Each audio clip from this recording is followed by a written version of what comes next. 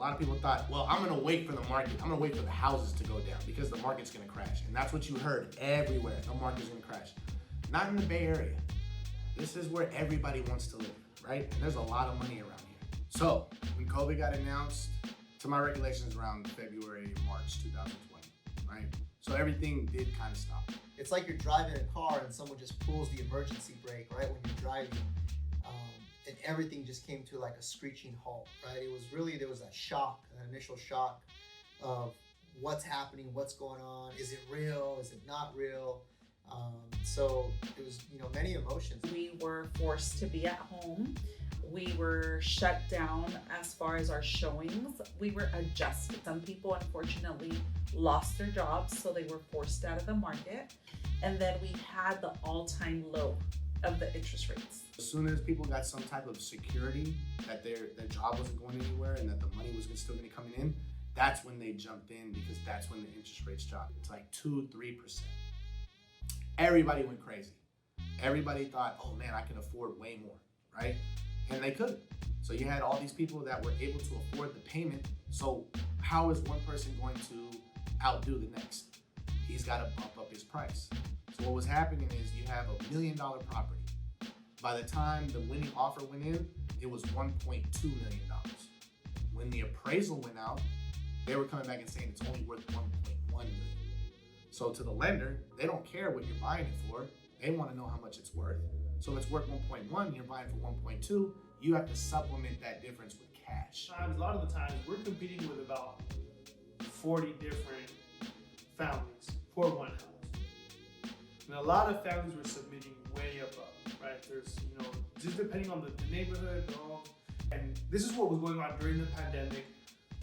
When the interest rates were very low, when the inventory was very low, we had maybe, for the most part, I want to say about a month and a half worth of inventory.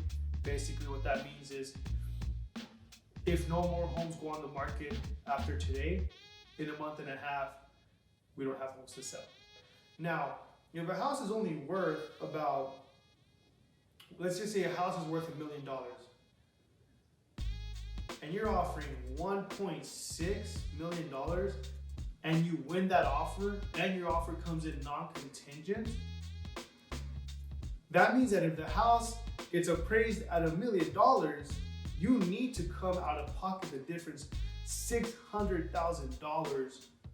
And if you can't, then you're pretty much gonna lose your earnest money deposit. But this is what buyers had to do in order to get a house in this crazy competitive market. I remember that there was this form that a lot of the home buyers had to fill out. For every address that we went to go look at, they had to sign a form saying they're aware of COVID, the risks they're taking, and things like that. Home prices were skyrocketing so much that the values couldn't even keep up, right? If today your house was worth $1 million, after so many homes in your neighborhood sold tomorrow, a few days after that, your house is probably worth like 1.2, in another month it's 1.3, in another month it's 1.4, in another month it's 1.5, and so on and so forth, right? And that's just how it was, because people were just going super crazy trying to outbid each other because they were taking advantage of the low interest rates, and they had a lot of purchase power, and they had a lot of money on the side because stocks were soaring. So they were cashing out their stocks and they were just pumping that money into the house. Sellers took advantage of this market and they just went all out. They said, sell my house for X amount. The agent said no problem, and the house sold for more than that, right? Only reason why rates were that low was because of COVID.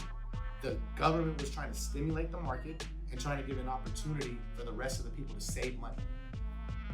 This is why the market didn't crash, because all of those loans were good loans, right? People didn't lose their jobs, right? They might have been laid off for a little bit, but then the lender did these forbearance plans, put them in a position where they didn't have to make a payment, and then once the job went back to work, they just went right back onto making that same payment. It's not like they had one of those bad loans that readjusted, right? So that's why the market didn't drop, because people could still afford their mortgages, right? So a lot of people thought, well,